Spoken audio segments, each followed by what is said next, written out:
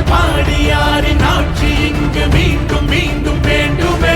உலகை வென்ற தமிழன் என்று பெருமை கொள்ள வேண்டுமே. எடப்பாடியாரின் ஆட்சி இங்கு மீண்டும் மீண்டும் வேண்டுமே.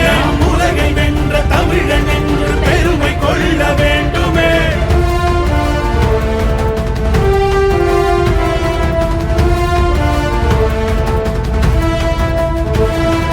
வெளிநாட்டு முதலீட்டை உருவாக்கியே தமிழ்நாட்டை உலகுக்கே வழிகாட்டினார்.